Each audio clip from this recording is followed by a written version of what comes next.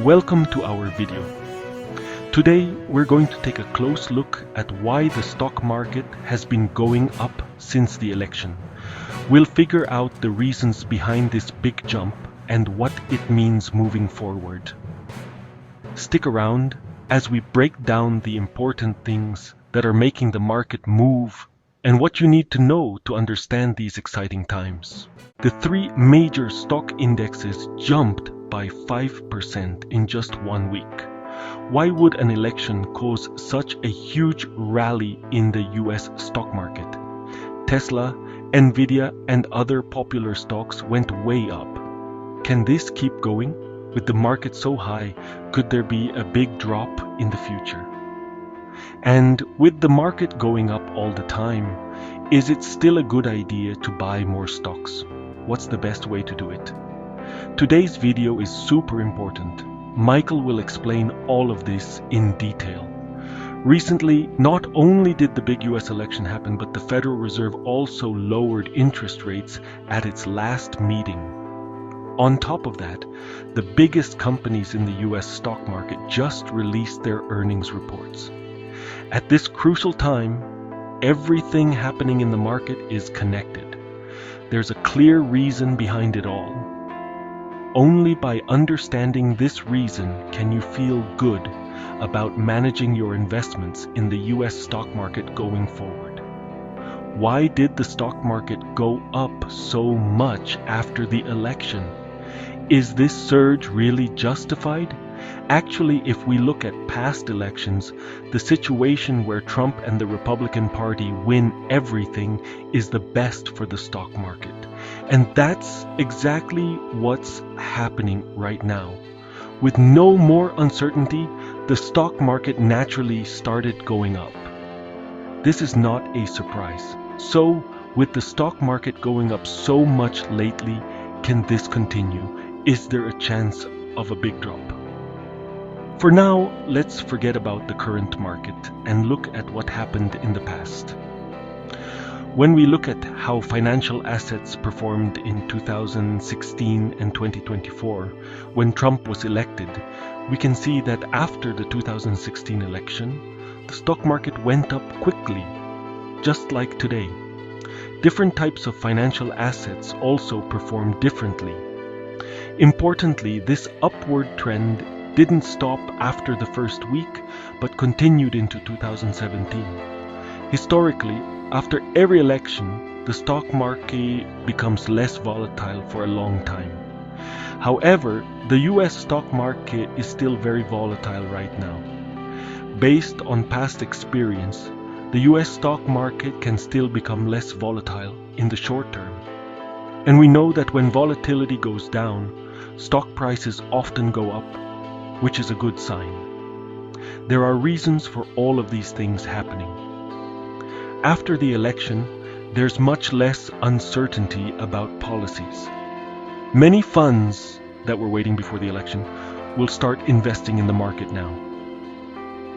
Companies that were waiting will also start new projects now that the election is over.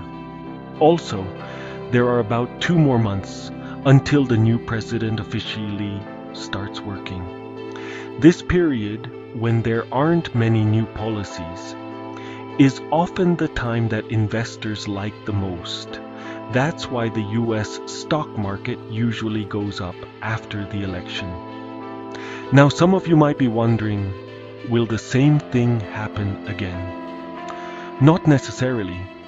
So we need to look at the current situation after this election to understand how the US stock market will do in the future. When we invest, it's super important to understand how policies affect things. So first, we need to really understand Trump's policies and what they do. We'll look at this in 3 parts: the US economy, the Federal Reserve's interest rate cuts, and the stock market. Once we get how these policies work, we'll have the answers to our big questions. First up, let's look at the economy. This is the most important thing to think about when investing in the US stock market right now. For sure. If you look closely at the US stock market this past year, you'll see that whether it dipped in April, August, or September, the reason was always the same: worries about the economy. It's clear that how the economy is doing right now really affects the stock market. So, as investors, we need to understand how Trump's policies affect the economy. Trump's policies have a really complicated impact on the US economy. But in the short term, things look good. We'll talk about the complicated stuff later. For now, let's focus on the short-term impact. The biggest policy is tax cuts. Trump is going to lower the corporate tax rate in the US from 21% to 15%. This will quickly help US companies make more money. Experts say Trump's tax cuts could boost EPS by 4 to 6%. Also, getting rid of regulations is a big help to the economy. The US government can have a lot of rules for businesses. Elon Musk even complained once that SpaceX couldn't launch rockets because of government rules that didn't make sense. Of course, SpaceX isn't the main point here. The important part is less rules for the financial industry. Think of the financial system like the heart of the economy. Fewer rules can help the banking industry grow and boost the whole US economy. That's why the banking sector went up by 6% the day after Trump was elected. Besides banking, less rules for the AI industry are also something to watch. For example, fewer rules on self-driving cars, AI safety, and AI ethics can all help AI grow faster. For investors, it's enough to understand the big picture of tax cuts and deregulation. These are the most important policies for the economy right now, and the ones the market is watching closely. We've talked about how Trump's policies might affect the economy. Now, let's see how they could affect the Federal Reserve. The Federal Reserve is super important to the US. Everyone knows that. One reason the US stock market is doing so well is that interest rates have been going down. But if Trump's policies help the economy a lot, it could cause problems for the Federal Reserve. The Federal Reserve might have to stop lowering interest rates. Jerome Powell, the head of the Federal Reserve, might even lose his job. The Federal Reserve has two main jobs: keeping prices stable, that's inflation, and making sure people have jobs, that's employment. Trump's policies could make both of those jobs harder. The most controversial part of Trump's policies is his use of tariffs. He's being really tough on other countries. Trump says he wants to put a 60% tariff on goods from China and a 10 to 20% tariff on goods from every other country. The US buys more stuff from other countries than anyone else. So, putting tariffs on those goods will make prices go up here. Also, Trump's policies on immigration are a big deal for jobs in the US. Trump is really against illegal immigration. Since the pandemic started, millions of people have come to the US illegally. If the US tries to stop illegal immigration or sends those people back to their home countries, it could help Americans get jobs. But it could also make wages go up. The service industry is a big part of why prices go up in the US.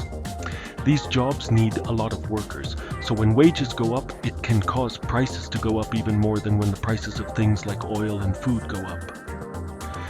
If prices start going up too fast, Jerome Powell might have to stop lowering interest rates or even raise them again. That would be bad news for the stock market. Trump has even said that he would fire Jerome Powell if he doesn't keep lowering interest rates. We don't know if Trump can actually do that, but it makes things uncertain. I've seen a lot of people on social media making it seem like this is a huge problem. They're saying that a financial crisis is coming. It's true that Trump's policies could make things harder for the Federal Reserve. But I want to show you some data so you can see how big of a problem this really is. Let's talk about immigration. Trump says a lot about it, but when he was president before, he wasn't able to do that much. For example, he said he would deport all 11 million illegal immigrants. But only about 300,000 people were deported each year. That's because it costs a lot of money to deport people. And Congress probably wouldn't approve of deporting that many people. Trump is a businessman. He doesn't like to lose money. So, he probably wouldn't do something that costs so much. Now, let's talk about tariffs. In 2018, Trump put a 25% tariff on goods from China. That started a trade war between the US and China. So, how did that affect inflation? Data from that time shows that the average tariff on Chinese goods went up from 3% to 9%. But when you look at all imported goods, the impact was only from 1.2% to 2.2%.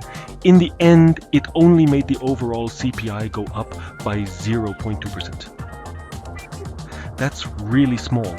When Trump used tariffs before, it wasn't really about getting more tax money. It was about getting other countries to give him what he wanted in trade deals. So the real impact of his policies is much smaller than it seems. Plus, things between the US and China haven't been good for a while. So a lot of companies have already moved their factories and supply chains out of China. That could help keep prices from going up too much. Goldman Sachs, a big bank, says that Trump's tariffs will probably only make prices in the US go up by 0.9%. 0.9% isn't a lot, but it's enough to maybe cause problems for the Federal Reserve. But it's not as big of a problem as some people are saying. Overall, Trump's policies could be good for the economy, but they could also be a problem for the Federal Reserve. It's a mixed bag. So, what kind of impact will Trump have on the United States? Should we follow the hype and invest more? In investing, whenever I encounter this kind of dilemma, I choose to take a step back, look at it from afar, and search for answers in history. Mark Twain once said, "History doesn't repeat itself, but it often rhymes." So let's try to find some similar scenarios from the past. In 1995, the United States had just ended a cycle of interest rate hikes. And the reason for the rate hikes, just like before, was to control inflation. A year later, by the beginning of 1996, inflation was basically under control, and the Federal Reserve began its cycle of interest rate cuts. This is roughly the same as our current situation. At the beginning of 1996, because the interest rate cut cycle had just begun, the interest rate was still as high as 5.5%. So the market generally expected the Federal Reserve to cut interest rates 8 times in 1996. However, surprisingly, the Federal Reserve only cut interest rates twice at the beginning of the year, and then stopped. And this high interest rate was maintained for 3 years. If you don't know what happened that year, you would definitely think that the unexpected reduction in interest rate cuts would cause a big drop in the stock market that year. However, the truth is that it didn't happen at all. The US stock market still achieved a remarkable long-term bull market performance from 1996 to 1998 in this high interest rate environment. So why is that? The reason lies in the strength of the US economy. At that time, due to the emergence of the internet revolution, productivity was greatly improved. Even in a high interest rate environment, the US economy still maintained rapid growth and companies were indeed profitable. So whether interest rates were cut or not became less important. What can investors learn from this history? Obviously, whether the Federal Reserve cuts interest rates or not is important, but it is not decisive. The real core that supports the rise of the US stock market is the continuous improvement of corporate profits. And reflected in the macro level, it is the prosperity of the US economy.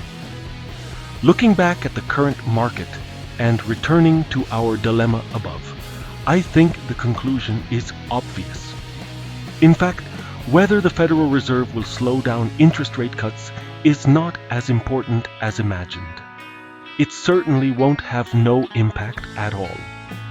If some unexpected changes occur, it will still cause market panic. But taking a step back from a bigger picture, the real core is the improvement of corporate profits and the continued growth of the US economy. And this is what investors need to pay the most attention to. Understanding this, let's go back to Trump's policies. I believe that the role of this round of policies in promoting the economy will have a more critical impact on the stock market. As for the threat to the Federal Reserve, I think it will exist and bring certain risks, but it will not change the overall upward trend. Now that we understand the specific impact of Trump's policies, let's bring it back to the current market and discuss some hot topics. Can this surge in the US stock market last? Is there a risk of a major correction? In this market, should we still buy at high prices? Firstly, we need to be clear that Trump's policies are only one factor influencing the stock market.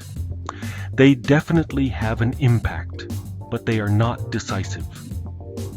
From our previous analysis, the most important takeaway is that the core factors influencing the US stock market at this stage are still corporate earnings and US economic growth, not the Fed's policies and certainly not Trump's policies. However, it is undeniable that this round of market gains was indeed initiated by Trump's inauguration. So let's start with Trump's policies, combine them with other factors, and then answer the most concerning questions. I believe this current US stock market rally is reasonable and sustainable. From a relatively long-term perspective, we analyzed earlier that Trump's policies are generally positive for the fundamentals of the stock market.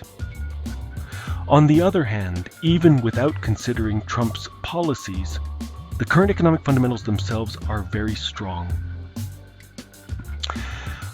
Banks, as the lifeblood of the US economy, have the most representative data. From the earnings reports of all banks in this earnings season, we can analyze that the overall US economy is currently very strong, and some sectors have shown signs of recovery. This basically paints a picture of a US economy bottoming out and picking up. So in the context of the overall macro environment stabilizing and picking up, I think the continued growth of corporate profits is promising. Therefore, in my opinion, the upward trend of the US stock market in the long run is without question. But at the same time, there's a risk that we need to be aware of. That is, after Trump takes office, it will indeed bring higher policy uncertainty. I still remember in 2020, the topic we talked about every day was what kind of moth Trump had come out with. Trump is known for governing by Twitter. At that time, the market always fluctuated greatly because of his Twitter, sometimes rising and sometimes falling. This is almost impossible for us to predict, and it is also the risk we can only bear. What we can do now is to have a clear expectation for this. Be prepared and don't panic excessively. So far, we've been talking about the long-term market direction. But what about the short term? Is this current market really sustainable? Many popular stocks have seen double-digit gains. Is this growth getting out of hand? First, I want to be clear. Short-term analysis is never as certain as long-term analysis. But I'll share my perspective with you. I personally believe that the current US market rally is sustainable in the short term. As we saw earlier, history shows that the US stock market generally continues to rise for a period after the presidential election. I believe this time will be no different.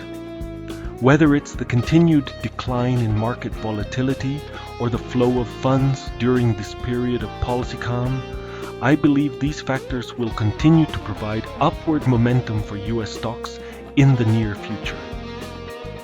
According to Goldman Sachs data, institutional investors have only completed 50% of their planned US stock purchases.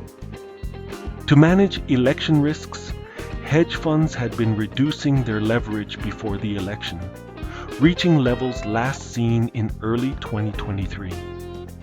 Now that the election is over, hedge funds increasing their leverage will provide significant capital support to the stock market. Additionally, I think the current market sentiment is relatively rational, not as crazy as some people think. Looking at CNN's Fear and Greed Index, we can see that the current market sentiment is only slightly greedy, far from irrational. Another piece of evidence is that during this earnings season, companies' earnings per share, EPS, need to exceed expectations by an average of 5% to see their stock prices rise. Otherwise, they generally fall. And when earnings fall short of expectations, stock prices typically drop by 3.9%, much higher than the historical average of 2.3%. This shows that the market is very demanding of corporate earnings and is far from being overly greedy. So on the one hand, history provides a reference point. On the other hand, the current market is not as crazy as some imagine. In the short term, capital inflows can continue to provide some momentum. Therefore, I believe this round of US stock market rally is reasonable and sustainable, both in the long and short term. Against this backdrop, I believe that whether it's buying on dips, gradually increasing positions, or regular investing, all are good investment strategies in the coming period. If I were to start investing now, I wouldn't specifically wait for a pullback to occur. Because in my opinion, there are no foreseeable structural risks in the current market in the short term, unless there's some unpredictable black swan event. I have to emphasize that my conclusion is just my personal opinion, not investment advice. For you guys, I think the analysis process is more important than the conclusion. Due to my limited knowledge, my judgment may not be correct, but I believe the analysis process is worth referring to. For example, we know that corporate earnings are the key to the current US stock market rally, and continued economic recovery is the foundation of a bull market. Understanding this core point, if you see these two factors wavering in the future, it means that the risks in the US stock market have indeed increased. Conversely, if these 2 points remain unchanged and only things like interest rate cut expectations change, or Trump's policies throw another curveball, then you'll know that these are misleading risks. I believe any stock market decline is an opportunity to buy. So I think understanding the logic of analysis is more important than knowing the final judgment. I don't know what the stock price will be tomorrow. I can't predict what unexpected changes will happen in the future. But as long as the logic of the analysis holds true, we can make adjustments in a timely manner. I think that's what I really want you to take away from my videos. All right. That's all for the market analysis today. Bye.